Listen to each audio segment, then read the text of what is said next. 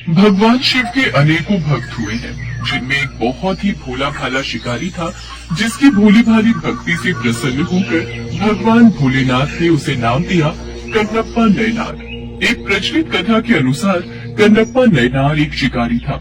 एक बार वो जंगल में शिकार के लिए गए, तभी वहाँ उसे एक मंदिर मिला जिसमें एक शिवलिंग था। उसके मन में शिव के लिए गहरा प्रेम भर गया और उसने वहाँ कुछ अर्पण करना चाहा।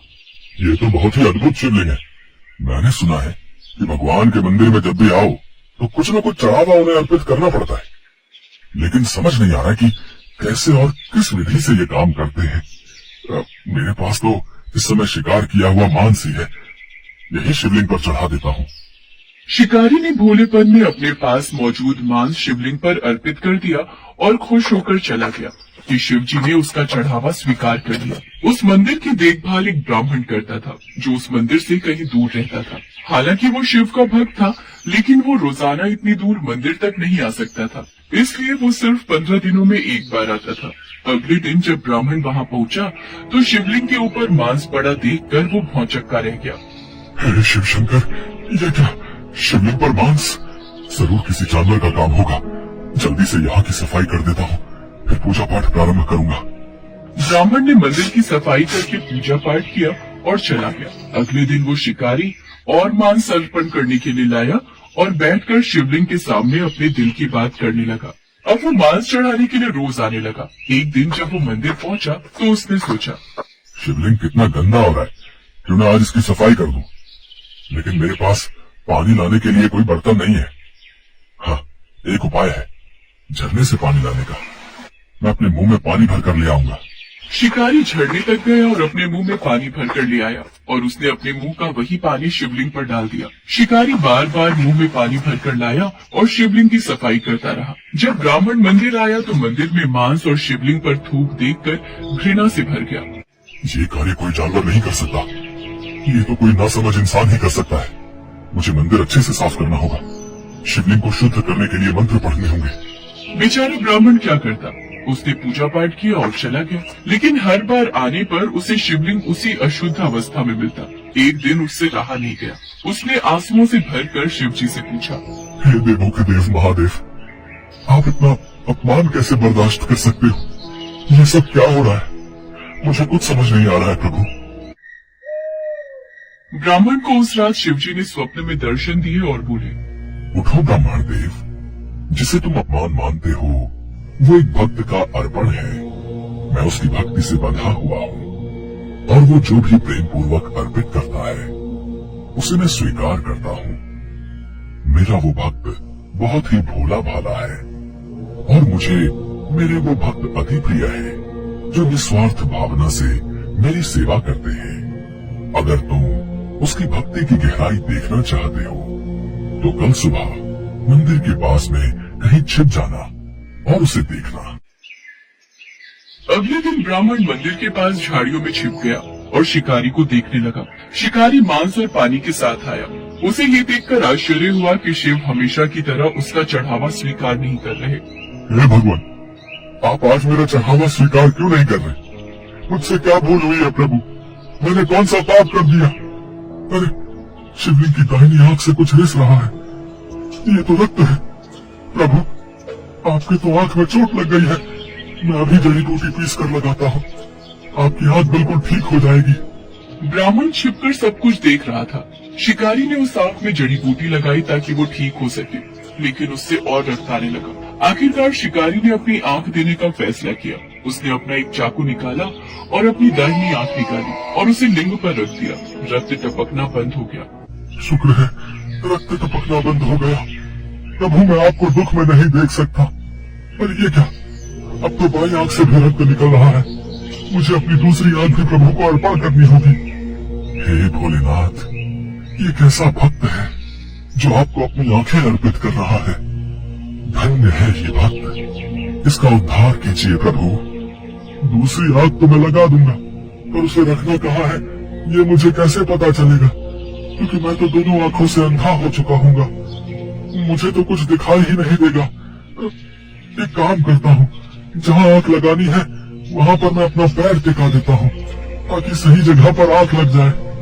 शिकारी ने शिवलिंग पर उस जगह अपना पैर टिका दिया जहाँ पर उसे अपनी आंख लगानी थी, पर जैसे वो अपनी दूसरी आंख को तलवार से निकालने ही वाला था कि उसकी अपार भक्ति को देखते हुए वहाँ भगवान शिव प्रकट हो गए। ब्राह्मण की आंखें भी आंसुओं से भर आई थी। वो भी दौड़कर भोलेनाथ के चरणों में गिर पड़ा। ब्राह्मण देवता, देखा, ये मेरा प्रिय भक्त कन्नप्पा नयनार है। कन्ना यानी आंखें अर्पित करने वाला, नयनार यानी शिव भक्त। हाँ, आज से तुम इसी नाम से जाने जाओगे। प्रभु, आपके दर्शन पाकर मैं धन्य हो गया। प्रभु, आपने मुझे एक नया नाम देकर मेरा उद्धार किया है।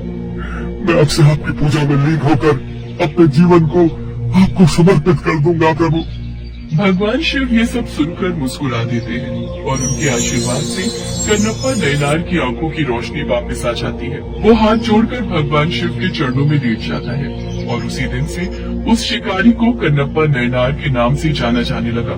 सच में भगवान निस्वार्थ सेवा भाव के ही भूखे हैं। शिकारी ने जिस भाव से जो अर्पण किया वो भगवान भोलेनाथ ने खुशी से स्वीकार किया।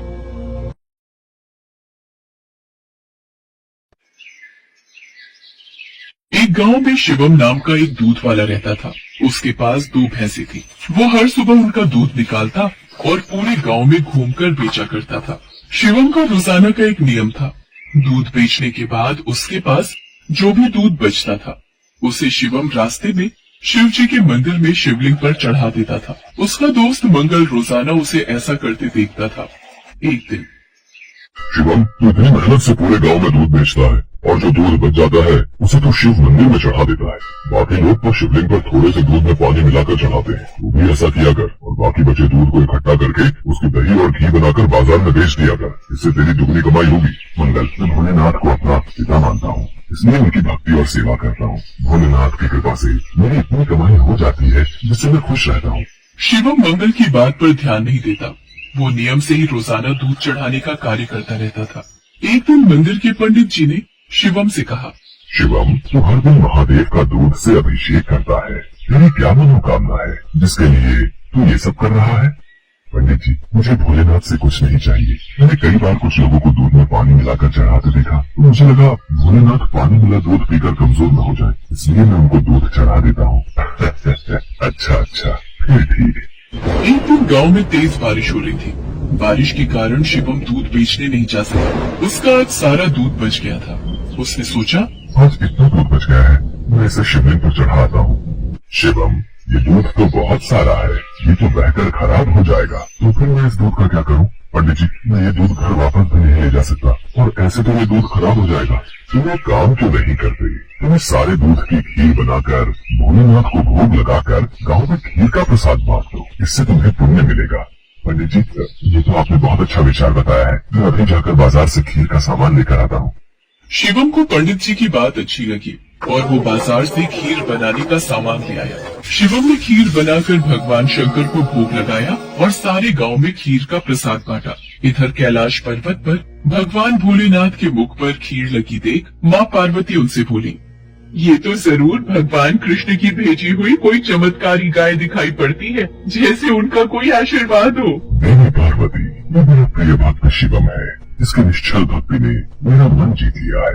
ये मुझे अपना पिता मानकर मुझे प्रतिदिन दूध और खीर का भोग लगाता है। ये मेरी चिंता करता है और मुझे बिना पानी मिला दूध चढ़ाता है। मेरे भोले भाले भक्त की भावना देखो ये समझता है कहीं मैं पानी मिला दूध पीने से कमजोर न हो जाऊं, इसलिए ये दूध से अभिषेक करता है। प्रभु, फिर तो अपने इस भक्त पर कृपा करने के लिए हमें इसकी परीक्षा लेनी चाहिए। तो देर किस बात की देवी पार्वती, हम अभी पृथ्वी पर चलते हैं और अपने भक्त शिवम की परीक्षा लेते हैं। भगवान शिव और देवी पार्वती ने सेठ सेठानी का भेष बना लिया और शिवम के घर पहुंच गए। नमस्ते जी, कहिए आपको मेरे से क्या काम है? हमने तुम्हारे बारे में बहुत सुना है। तुम बहुत ताजा और शुद्ध दूध बेचते हो, इसलिए हम तुमसे दूध खरीदना चाहते हैं। तुम रोजाना अपना सारा दूध हमें बेच दिया करो। हम हर दिन तुम्हारा सारा दूध खरीदेंगे और तुम्हें दूध बेचने के लिए पूरे गांव में भागना भी नहीं पड़ेगा। हमारे लोग यहीं से दूध ले जाएंगे और पैसे तुम्हें दे देंगे।